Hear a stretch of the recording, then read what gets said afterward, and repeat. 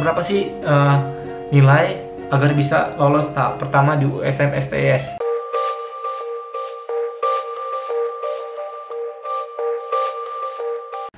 Halo guys, perkenalkan nama saya Gibri.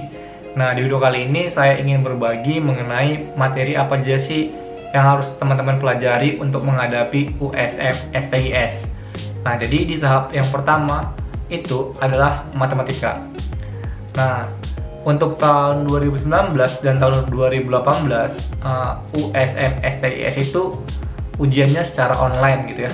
Mau nggak mau, soalnya nggak ada yang tahu ya, nggak tersebar gitu, hanya peserta yang tahu dan membuat soal gitu. Nah, jadi gimana sih caranya biar bisa persiapan USM STIS secara baik gitu ya, secara matang lah. Nah, jadi di sini saya ingin berbagi apa aja yang keluar di tahun 2019. Nah, jadi tahun 2019 itu aku ikut USM STIS. Ya, puji Tuhan, tahap pertama lulus dan tahap kedua ya guys, tahulah sendiri ya guys. Jadi aku bukan mahasiswa STIS. Oke, jadi langsung aja. Ini ada beberapa materi yang aku ingat. Ya, kemarin aku ingat materinya apa aja yang keluar dan gue tulis gitu ya, biar nggak lupa. Dan sampai sekarang aku nggak lupa karena udah aku tulis. Oke, jadi langsung aja. Nah, yang pertama itu ada eksponen teman-teman. Nah, jadi di eksponen ini teman-teman harus bisa pahami lah ya, sifat-sifat dasar dari eksponen itu gimana. Ya, pokoknya sering-sering juga latihan soal. Yang kedua itu ada materi logaritma. Nah, jadi logaritma ini apa? Logaritma ini kebalikan dari eksponen. Nah, dan inti dari logaritma itu apa? Teman-teman harus bisa menguasai sifat-sifat dasarnya gitu ya. Pokoknya sifat-sifat logaritma teman-teman harus kuasain dan sering-sering latihan soal. Karena dengan teman-teman sering-sering latihan soal, maka teman-teman akan mengetahui gimana bentuk-bentuk soal-soal dari tipe-tipe logaritma gitu teman-teman. Nah, yang ketiga itu ada persamaan kuadrat. Nah, persamaan kuadrat ini gimana ya? Kayaknya ini persamaan kuadrat ini inti dari ya materi matematika di SMA gitu ya. Kenapa? Karena persamaan kuadrat ini sering kepake banget gitu ya. Di materi-materi lain sering digabung-gabungin ke materi lain. Misalkan di logaritma, nanti logaritma itu bisa dalam bentuk persamaan kuadrat, terus eksponen juga bisa ke dalam bentuk persamaan kuadrat, dan matriks juga nanti bisa dibuat ada persamaan kuadratnya gitu. Jadi mau nggak mau teman-teman harus bisa menguasai persamaan kuadrat ini. Nah, jadi di persamaan kuadrat itu ada soal yang menanyakan persamaan kuadrat barunya gimana, terus mencari akar-akarnya gimana. Jadi kuasain benar-benar yang persamaan kuadrat ini guys. Jadi harus bisa dulu persamaan kuadrat sebelum masuk ke topik-topik yang lain ya guys. Oke. Nah, yang keempat itu ada fungsi kuadrat. Nah, jadi persamaan kuadrat dan fungsi kuadrat ini mirip-mirip, cuman kalau fungsi kuadrat ya fungsi ya, nggak sama dengan nol gitu ya. Kalau persamaan ya kan sama dengan nol gitu, jadi dia fungsi. Nah, jadi di sini teman-teman harus bisa untuk menentukan titik puncak, titik maksimumnya, y puncak, x puncaknya, dan kurva yang menyinggung garis gitu-gitu. Jadi teman-teman harus bisa lah kuasain di fungsi kuadrat ini. Untuk yang kelima itu vektor. Nah, jadi vektor itu ya tau lah gimana sifat-sifatnya. Kalau dua vektor yang saling tegak lurus itu gimana, terus dua vektor yang saling sejajar itu gimana, terus mencari A dot B gitu-gitu lah. Pokoknya ya harus teman-teman kuasain, karena vektor termasuk lumayan gampang lah ya, bisa dikuasain gitu ya. Terus yang keenam ada diagram Venn. Nah, diagram Venn itu gimana bentuknya? Kayaknya aku masih ada nulis soalnya kayak gini nih. Oke, jadi teman-teman bisa pelajarin, semoga bermanfaat ya. Yang ketujuh ada lingkaran. Nah, jadi di lingkaran ini teman-teman harus tahu gimana bentuk umum persamaan lingkaran. Kalau dia berpusat di 0,0 gimana persamaan lingkarannya, kalau dia berpusat di A, B gimana persamaan lingkarannya, dan ketika ditanya berapa jari-jari lingkarannya, teman-teman harus bisa menjawab gitu ya. Nah, sebenarnya untuk menentukan jari-jari lingkaran teman-teman nggak perlu hafal rumusnya, cuman dijabarin aja ke bentuk persamaan lingkaran gitu, nanti ketemu jari-jarinya gitu ya.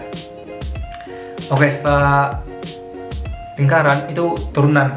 Nah, jadi turunan ini juga sering keluar dan ini juga termasuk gampang ya. Jadi teman-teman harus ingat apa turunan sinus, turunan kosinus ya. Pokoknya bentuk umum dari turunan itu gimana ya, kalau di aljabar gimana ya gitu ya. Oke, itu di turunan. Yang ke-9, nah kalau ada turunan pasti ada limit. Nah, limit ini ada cara cepatnya untuk ngerjain. Yang pertama, teman-teman bisa substitusi ya, langsung aja substitusi. Nah, ketika jawabannya nggak 0/0, maka itu jawabannya. Nah, ketika teman-teman substitusi gitu batasnya, kalau 0/0, maka teman-teman harus menggunakan metode yang lain. Nah, metode yang pertama itu teman-teman bisa menggunakan yang pertama metode apa? Metode dalil El-Hospital. Nah, ini konsep turunan. Nah, teman-teman harus tahu ya kan konsep turunan. Kalau nggak tahu ya susah juga untuk menjawabnya. Terus yang kedua bisa teman-teman faktorkan. Terus teman-teman bisa akar sekawan. Nah, jadi sering-sering materi soal biar kebiasa untuk ngajak soal-soalnya ya teman-teman. Nah, selanjutnya itu ada integral. Nah, integral ini yang perlu teman-teman pahami, yaitu integral substitusi, integral eliminasi, dan mencari luas di bawah kurva gitu ya teman-teman. Yang ke-11 itu ada statistika. Nah, ya ini mau nggak mau teman-teman harus pelajari statistika. Kenapa? Karena kedepannya kalau teman-teman masuk ke STS-nya pasti akan belajar yang namanya statistika gitu ya. Nah, di statistika ini ya teman-teman harus pelajari data tunggal, data majemuk, gimana mencari mean, nyari mediannya gimana, ya pokoknya gitu-gitulah yang data tunggal sama data majemuk. Oke teman-teman. Terus yang ke-12 itu peluang. Nah, peluang itu banyak juga soalnya sama kayak statistika.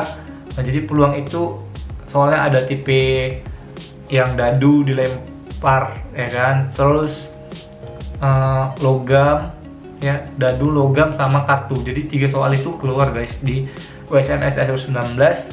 Terus yang ke-13 itu ada persamaan garis. Nah, jadi teman-teman harus tahu juga kalau persamaan garis yang saling tegak lurus itu gimana. Terus kalau persamaan garis yang saling sejajar itu gimana syarat-syaratnya. Terus mencari jarak dari titik ke garis itu gimana. Ya pokoknya harus teman-teman pelajarin ya. Terus yang ke-14 itu ada persamaan linear dua variabel. Nah, jadi persamaan linear ini kayak soal cerita gitu. Jadi misalkan kita beli 2 buku dan beli 1 pensil, itu harganya sekian. Terus si ini beli 1 buku dan 2 pensil sekian, maka berapa harga dari 5 buku sama gitu-gitu. Kayak soal-soal UM lah.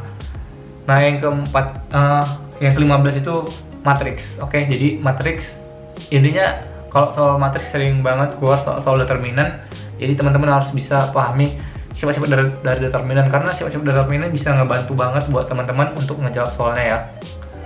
Oke, jadi itu aja menurut yang aku ingat materi yang keluar di tahun 2019. Semoga teman-teman bisa mempelajarinya. Nah, buat teman-teman yang penasaran berapa sih nilai agar bisa lolos tahap pertama di USM STS. Nah, jadi sebenarnya aku ikut 2 kali ujian USM STS, yang pertama tahun 2018 dan yang kedua tahun 2019. Nah, berdasarkan penilaian ya, di tahun 2018 nilaiku jelek, tapi aku tetap lulus tahap yang pertama. Memang susah sih tahun 2018. Di tahun 2019 nilaiku lumayan tinggi ya, dan memang menurutku gampang sih soalnya ya, jadi bisa tinggi gitu ya. Nah, pada tahun 2018